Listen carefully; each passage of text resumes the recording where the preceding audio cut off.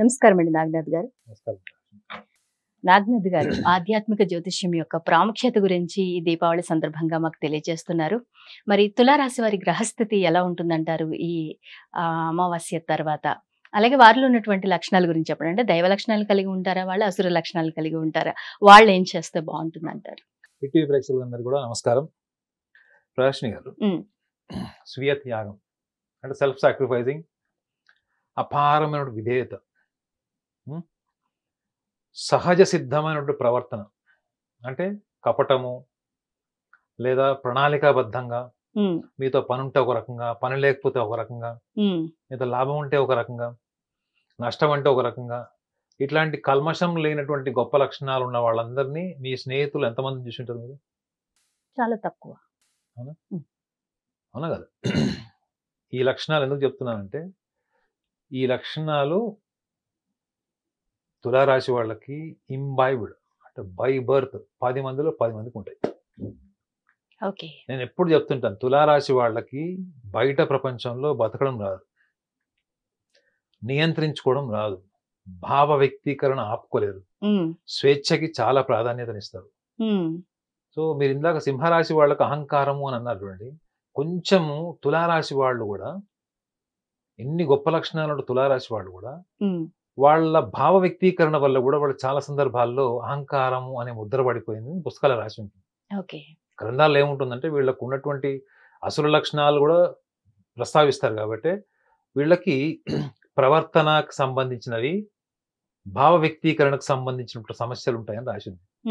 ఒక మనిషి ఎంతో గొప్ప లక్షణాలుండి, దైవ లక్షణాలుండి, ధార్మిక బలం కలిగినటువంటి వ్యక్తులు కూడా వ్యవహారం దగ్గరకు వచ్చేటప్పటికి వాళ్ళ యొక్క మనసు ఎటువంటి బలహీనతల్ని దాటి వెళ్తుంది, ఎటువంటి బలహీనతల్ని తీసుకొని వెళ్తుంది అన్నది కూడా ఆధ్యాత్మిక జ్యోతిష్యంలో అద్భుతంగా చెప్పారు.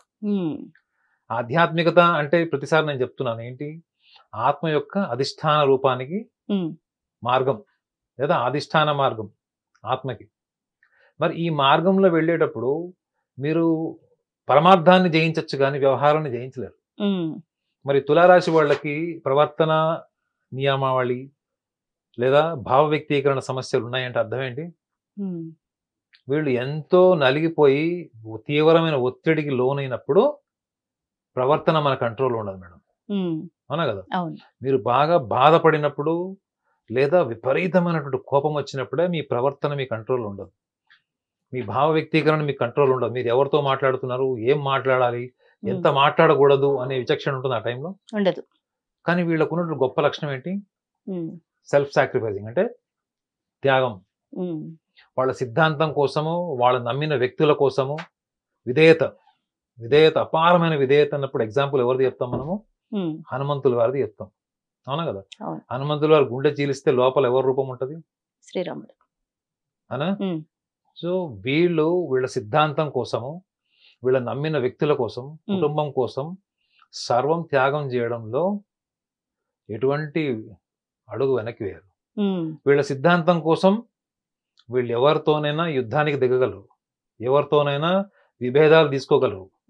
కానీ వాళ్ళు నమ్మిన సిద్ధాంతం కోసం జీవిత కాలం కూడా మొండి పట్టుదలతో ఉంటారు. ఒక్క మొక్కలో చెప్పాలంటే మేడం, వీళ్ళ తులారాశి వాళ్ళ గురించి నేను ఎనాలిసిస్ చేస్తున్నప్పుడు నా మైండ్ లో వచ్చేటువంటి ఇమేజ్, ఒక ముఖ చిత్రం ఏమైందో చెప్పాలా? చెప్పండి. నేను నమ్ముతారా? నిజంగా చెప్పాలంటే మనం కలియుగంలో దేవుళ్ళు అనగానే ఎవడికి వాడు దేవుళ్ళలాగా ప్రొజెక్ట్ చేసుకుంటున్నాడు. వేషధారణ, వాక్చాతుర్యంతో చాలా మంది దైవాంశ సంభూతుల్లాగా కొలవబడుతున్నారు. అది యాక్చువల్గా మీకు భగవద్గీతలో కూడా ఉంటది. వేషాలు రూపాలు ఉన్న వాళ్ళందరూ కూడా దేవుళ్ళలాగా కీర్తించబడతారని రాసి ఉంటది. అన్నిటికంటే అతీతంగా, అంటే నిజంగా నమ్మిన సిద్ధాంతం కోసం ప్రాణత్యాగం చేసే వాళ్ళలో, సిద్ధాంతం కోసం ప్రాణత్యాగం కూడా వెనకబడినటువంటి వాళ్ళలో తులారాశి వాళ్ళు నేను ఎనాలిసిస్ చేస్తున్నప్పుడు నాకు కనిపించిన ఇమేజ్ ఏంటంటే, నేను ఊహించుకున్నటువంటి చిత్రం ఏంటంటే భగత్ సింగ్.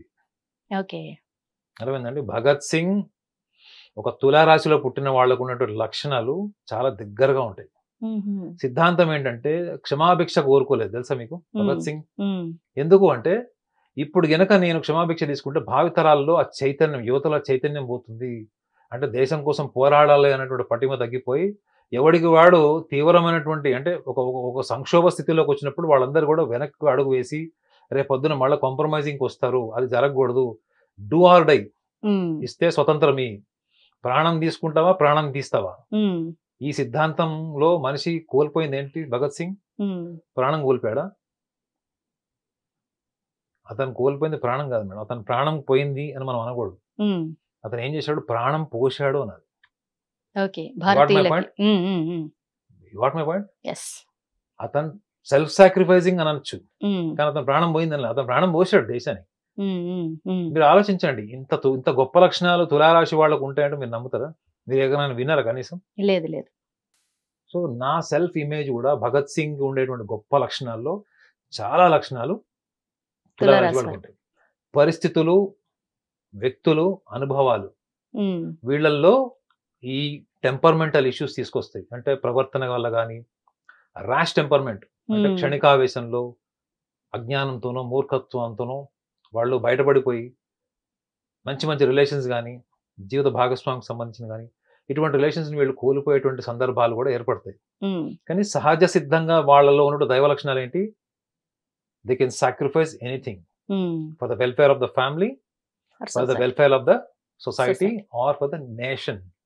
గుర్తుపెట్టుకోండి. సో వీళ్ళకి జీవితంలో వీళ్ళకి అంతర్లీనంగా ఉండేటువంటి భావోద్వేగం ఏంటో తెలుసా? వీళ్ళకి ఆధ్యాత్మిక జ్యోతిష్ శాస్త్ర ప్రకారం అది నిజమైన దైవబలం అండి. ఈ ప్రపంచం నన్ను చూసినప్పుడు నాకు సైల్యూట్ కొట్టాలి అనుకునేటువంటి స్థాయి ఊహ ఎవరికి ఉంటుంది? అంత గొప్ప పని చేయాలనుకునే వాడికి ఉంటుంది. Everybody should look at me and salute అంటే అర్థం ఏంటి? నువ్వు ఏ స్థాయి పని చేసి ఉండాలి? ఒక భారతరత్న స్థాయి నువ్వు రీచ్ అవ్వాలి. ఈ లక్షణం అంటే ఇది కేవలం భావం మాత్రమే కాదు, ఎమోషన్ మాత్రమే కాదు, దానికి తగ్గట్టుగా గుణగణాలు కూడా ఉన్నాయి. బహుశా నేను ఎక్కువ పొగడుతున్నా అనిపిస్తుంది మీకు కొంచెం, కానీ లేదు, ఎందుకంటే నేను 20 సంవత్సరాల అనుభవం. అంటే అందరూ తులారాశి వాళ్ళందరిలోనే ఇలాంటి లక్షణాలు ఉంటాయి. మీకు రెండో పాయింట్ కూడా చెప్పాను, అసుర లక్షణం ఏం చెప్పాను? ఎన్విరాన్మెంట్, మీ చుట్టుపక్కల మనుషులు, వ్యక్తులు, అనుభవాలు మిమ్మల్ని ఒకవేళ చీల్చి చెండాలితే ఎక్కడ చీల్స్తాయంటే అవి మీ యొక్క మాట, మీకు అప్పటి వరకు ఉన్నటువంటి బ్యాలెన్స్ ఏదైతే ఉంటుందో మీ కమ్యూనికేషన్ మీద, మీ మాట్లాడే విధానం మీద ఆ సహనం కోల్పోతారు వీళ్ళు. సహనం కోల్పోయి ఎదుటి వ్యక్తులతో రిలేషన్స్ చెడిపోతే వాళ్ళు ద్వేషము, అసూయ పెంచుకుంటారా? జలసీ లేనటువంటి ఏకైక సైన్, ఏకైక రాశి తులారాశి. తెలుసా మీకు? అసూయ లేనటువంటి ఏకైక రాశి తులారాశి. విభేదాలు విడిపోవడం వేరు మేడం. విభేదాలు విడిపోయిన తర్వాత మనుషులు ఏం చేస్తారు? ద్వేషం పెంచుకుంటారు, ద్వేషం పెంచుతారు, పబ్లిసిటీ చేస్తారు, మౌత్ పబ్లిసిటీ. వాడు అట్లా చేశాడు, ఇది ఇట్లా చేసాడు, అది చేయరు వాళ్ళు. మీరు చూడండి, ఒక తులారాశిలో పుట్టినటువంటి భార్య భాగస్వామిని చూడండి, భర్త ఎలా ఉన్నా గానీ తల్లిదండ్రులకు కంప్లైంట్ చేయదు, స్నేహితులకు చెప్పి డిగ్రేడ్ చేయదు. ఇంకా తీవ్రమైనటువంటి స్థాయిలో ఉంటే తప్ప, అంటే లాస్ట్ మూమెంట్ లో చెప్తారు వాళ్ళు. అంటే అర్థం ఏంటి? ఎంత సహనం, ఇన్నర్ పేషెన్స్ ఎంత ఉండొచ్చు వాళ్ళకి. మరి అలాంటి వ్యక్తులు కూడా టెంపర్మెంటల్ ఇష్యూస్ వస్తాయంటే చుట్టుపక్కల సమాజం, వ్యక్తులు ఎటువంటి ప్రలోభాలకి వాళ్ళని ప్రేరేపిస్తే వాళ్ళు ఆ లక్షణాన్ని బయటకు వస్తుంది. సో నాకు తెలిసి వీళ్ళకు ఉన్నటువంటి దైవ లక్షణాలతో పాటు ఈ యొక్క అసుర లక్షణం కూడా ఇది వీళ్ళు దృష్టిలో పెట్టుకోవాలి. అంటే అట్ ద సేమ్ టైం వీళ్ళకి గోచార ఫల రీత్యా కూడా వీళ్ళకి తృతీయాధిపతి, షష్టమాధిపతి గురువు, వీళ్ళ రాశి రీత్యా చూసుకుంటే చతుర్థ పంచమాధిపతి శని, ప్లస్ వీళ్ళకి భాగ్యస్థానంలో గురువు. ఈ కాన్ఫిగరేషన్ ఆఫ్ ప్లానెట్స్ ని వరకు మనం దృష్టిలో పెట్టుకుంటే వీళ్ళకి అడ్వెంచరస్ టైం, వీళ్ళు ఏదైనా experimental time, risk factor time, ఇవన్నీ కూడా వీళ్ళకి ఈ ముఖ్యంగా ఈ గురువు వక్రి కాలంలో ముఖ్యంగా నవంబర్, డిసెంబర్ వీళ్ళకి కొంత ఈ ఆవేశపూరితమైనవి కానీ, తొందరపాటు పరిస్థితులు కానీ, లేకపోతే చుట్టుపక్కల ప్రొవొకేషన్. ఇప్పుడు స్నేహితులందరూ అమెరికా వెళ్తున్నారు, ఒక తులారాశి వాడు అక్కడ ఉన్నాడు, వాడు ఏం చేస్తాడు చెప్పండి? వెళ్ళిపోవాలని తను కూడా ప్రయత్నాలు చేస్తాడు. కరెక్ట్, మీకు అర్థమైపోయింది. సో ఎన్విరాన్మెంటల్ ప్రొవొకేషన్ లో పరిస్థితుల ప్రభావం ఎక్కువ వీళ్ళపై ఉంటుంది.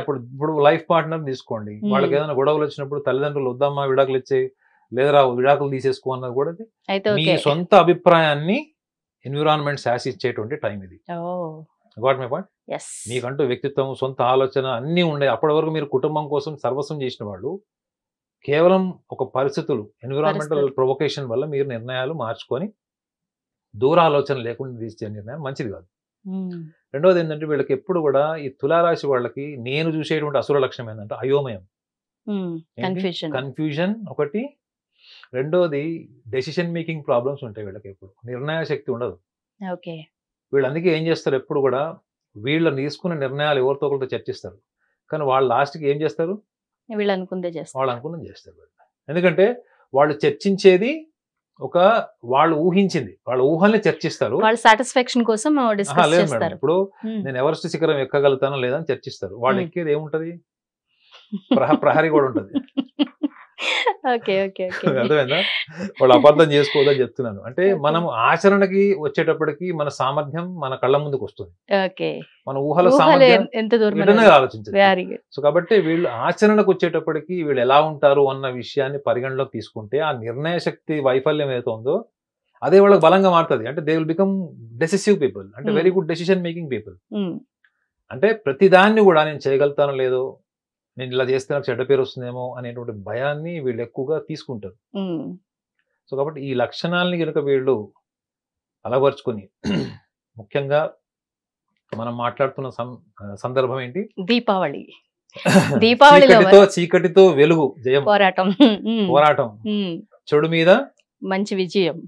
కాబట్టి తులారాశి వాళ్ళందరికీ కూడా నరక చతుర్దశి రోజు అదొక్కటి వదిలేసేయండి. ఏంటి, మీరు తీసుకునే నిర్ణయం తాత్కాలిక దృక్పథం లేదా పరిస్థితులు, చుట్టుపక్కల వ్యక్తుల ప్రొవోకేషన్స్ లో మీరు ఎటువంటి నిర్ణయం తీసుకోకండి. ఒకవేళ మీరు అలాంటి నిర్ణయాలు తీసుకోవాల్సి వచ్చినప్పుడు ముఖ్యంగా దీపావళి సందర్భంగా మీరు గమనించాల్సినది, మీలో ఎంత ఆధ్యాత్మిక బలం ఉంది దాన్ని మీరు మననం చేసుకోండి. గతంలో జరిగినటువంటి విషయాలు, సున్నితమైన అంశాలు ఇవన్నిటిని కూడా ఆ నరకాసుడితో కూడా తగలెట్టండి.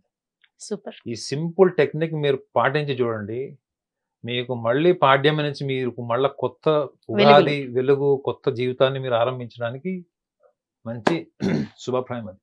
Thank you very much Naganath గారు. తులారాశి గారి గురించి మంచి విషయాలు తెలియజేస్తారు. ధన్యవాదాలు. హిట్ టీవీ యాప్, ఇందులో short news, live news, entertainment shows, movies, digital magazines తో పాటు మీ జిల్లా వార్తలను కూడా ఫ్రీగా చూడొచ్చు.